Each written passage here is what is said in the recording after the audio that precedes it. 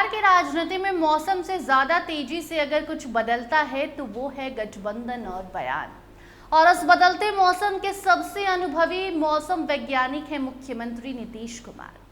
सवाल उठ रहा है कि क्या बीजेपी नीतीश कुमार का अपमान कर सकती है, लेकिन इस सवाल का जवाब खुद नीतीश कुमार 8 साल पहले दे चुके हैं, और वो भी पूरे आत्मविश्वास, धैर्य और हल्के व्यंग के साथ। 2019 का लोकसभा चुनाव नजदीक था। सियासी गलियारों में अफवाहों का बाजार गर्म था।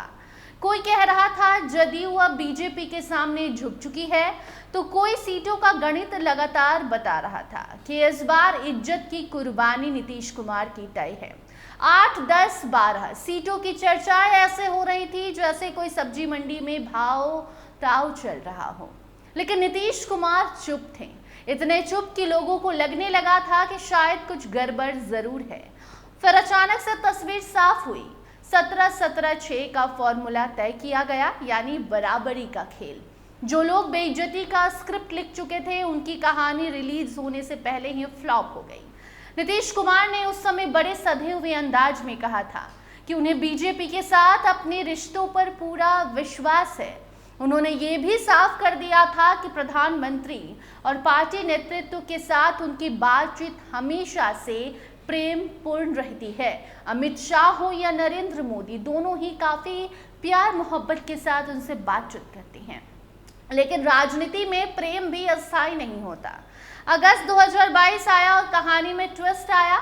नीतीश कुमार ने एक बार फिर पाला बदला और पुराने सहयोगी को छोड़कर नए सहयोगियों के साथ निकल पड़े।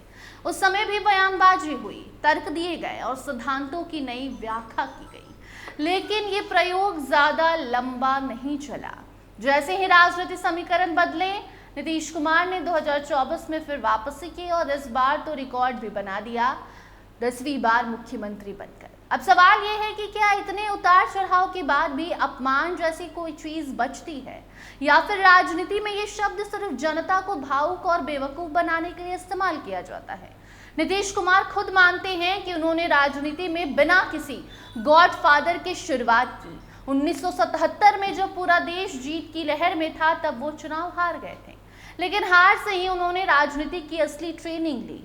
जेपी आंदोलन के सिपाही रहे, लेकिन आगे बढ़ने का मौका किसी और को मिला। उन्होंने लालू यादव को आगे बढ़ाया इस उम्मीद में कि बिहार का भला होगा, लेकिन जब उम्मीदें टूटी तो रास्ते भी बदल गए। यहीं से शुरू हुआ वो सफर जिसमें दोस्त दुश्मन बने और दुश्मन फिर से दोस्त।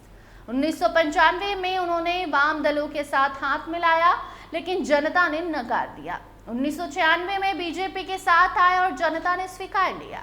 तब से लेकर आज तक चाहे कितने भी मोड़ आए हों, एक बात हर बार सामने आई, राजनीति में कुछ अस्थायी नहीं होता सिवाय सत्ता की तलाश के। आज फिर ये सवाल उठ रहा है कि क्या बीजेपी नीतीश कुमार का अपमान कर रही है, उन्हें बेइज्जत कर रही है? तो जवाब सीधा है नहीं, क्योंकि यहाँ अपमान और सम्मान का पैमाना जनता नहीं बल्कि सत्ता का गणित तय करता है। अगर सीटें बराबर मिल जाएं तो सम्मान, और अगर समीकरण बिगड़ जाए तो वैचारिक मतभेद। नीतीश कुमार अब कहते हैं कि वो इधर उधर नहीं जाएंगे, एनडीए में ही रहेंगे, लेकिन बिहार की जनता ये भी जानती है कि बिहार में या फिर राजनीति में कभी भी कुछ भी हो सकता है। कभी नहीं का मतलब होता है अभी नहीं। तो फिलहाल अपमान का सवाल ठंडे बस्ते में है, लेकिन बिहार में सत्ता परिवर्तन होना है। सत्ता की कुर्सी पर नीतीश किसे बैठाते हैं, यहाँ गठबंधन मजबूती से रहता है या संतुलन बिगड़ जाता है, ये देखना दिलचस्प होगा। बाकी नीतीश कुमार की बीजेपी बेइज्जती करती है, इसका जवाब खुद नीतीश कुमार ने दिया था। वही आपको हम बता रहे थे कि किस तरीके से नीतीश कुमार ने बताया था कि वो अकेले ही एकला चलो राह पर चले और आज उस मुकाम तक पहुंचे। भले अब नीतीश कुमार बिहार के सीएम कुर्सी से हटने वाले हैं, लेकिन ये उनके इच्छा से हो रहा है और नीतीश का कहना है कि बीजेपी उनके मन से ही सीएम बनाएगी। होगा क्या, ये तो वक्त बताएगा। बाकी इस रिपोर्ट को आप किस तरीके से देखते हैं, कमेंट सेक्शन में जरूर बताइए। अन्य अपडेट्स के लिए बने रहिए स्टार टीवी बिहार के साथ। धन्यवाद। We'll be right back.